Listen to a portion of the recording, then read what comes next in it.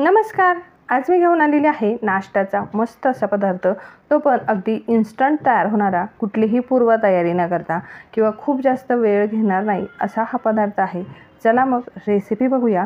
इथे मी एका बाउलमध्ये 1 कप बेसन पीठ घेतले. बेसन पीठ घेताना थोडंसं चाळून घ्यायचं आहे. त्यानंतर अर्धा कप रवा घेतला आहे. हा रवा आपण उपमा किंवा शिरा बनवतो ना, तोच हा रवा आहे. अर्धा कप रवा घेतला. आता यामध्ये 1 चमचा साखर घालायची, चवीनुसार मीठ घालायचे, पाव चमचा हळद, पाव चमचा हिंग, अर्धा चमचा लिंबूसत्व म्हणजेच सायट्रिक ॲसिड घेतलेला आहे, पाव कप दही घातलेलं आहे. दही जर घालायचं नसेल तर 1 चमचा सायट्रिक ॲसिड घेतलं तरीसुद्धा चालेल. त्यानंतर 1 चमचा तेल घालून घेतलं. आता याचं आपण बॅटर तयार करून घेऊया.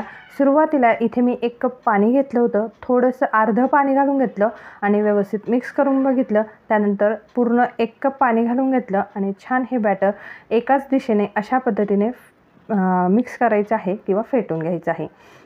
अशा पद्धतीने फेटल्यामुळे काय होतं, यामध्ये हवा भरली जाते. यामुळे आपला ढोकळा अगदी छान असा फुगतो. त्यानंतर इथे मी पाव कप अजून पाणी घेतलं होतं. बॅटर थोडंसं घट्ट वाटत होतं म्हणून त्यातलं अर्धंच पाणी वापरलेलं आहे.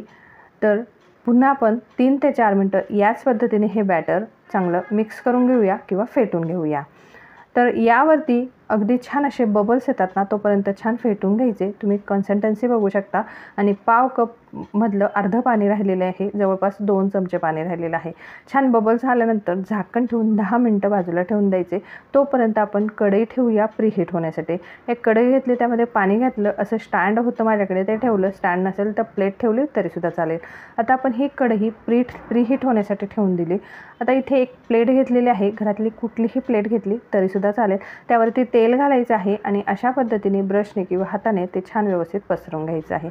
10 मिनटानंतर तुम्ही इथे बघू शकताय बॅटर छान असं फुललेलं आहे आणि थोडंसं घट्टसुद्धा झालेलं आहे, कारण की रवा पाण्याला ॲब्झॉर्ब करून घेतो. त्यामुळे थोडंसं हलकं घट्ट झालेलं आहे.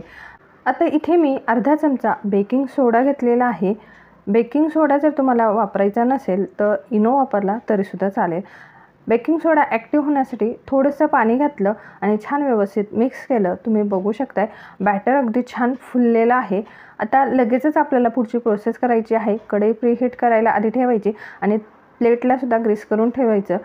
बेकिंग सोडा घातला, मिक्स केलं की लगेचच हे बॅटर प्लेटमध्ये ओतायचं आणि लगेचच आपण प्रीहीट केलेल्या कढईमध्ये ठेवायचं. यामुळे काय होतं, सोडा ॲक्टिवेट असतो आणि लगेचच आपण गरम पाण्यामध्ये वाफायसाठी ठेवलं ना, तर आपला ढोकळा अगदी छान असा टम्म फुगतो. म्हणून ही प्रोसेस अगदी पटापट करायची. आता आपला हा ढोकळा 15 मिनटं आपल्याला वाफवून घ्यायचा आहे. 15 मिनटानंतर तुम्ही इथे बघू शकताय ढोकळा अगदी छान असा टम्म फुगलेला आहे.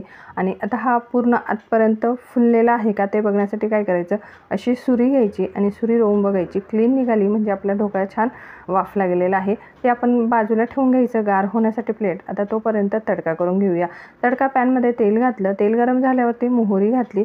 मोहरी थोडीशी तडतडली की यामध्ये आपल्याला हिरवी मिरची कट करून घालायची आहे. तुम्हाला जितकं तिखट हवं असेल त्यानुसार हिरवी मिरची घाला. त्यानंतर कढीपत्ता घातला, पाव चमचा हिंग घातला. छान व्यवस्थित मिरच्या तळल्या गेल्या की यामध्ये थोडंसं पाणी घालायचं आहे आणि यामध्ये थोडंसं मीठ आणि 1 चमचा साखर घालायची आहे. हे सगळं व्यवस्थित घातल्यानंतर छान हे पाणी उकळून घ्यायचं आहे आणि उकळून झाल्यानंतर हे पाणी आपल्याला बाजूला ठेवायचे गार होण्यासाठी. अगदी पूर्ण नाही, पण थोडंसं हलकं गार करून घ्यायचं आहे. तोपर्यंत आपली ही प्लेट आणि ढोकळासुद्धा गार झालेला आहे. इथे मी बारीक कट करून घेतलेली कोथिंबीर अशा पद्धतीने पसरवून घालून घेतली.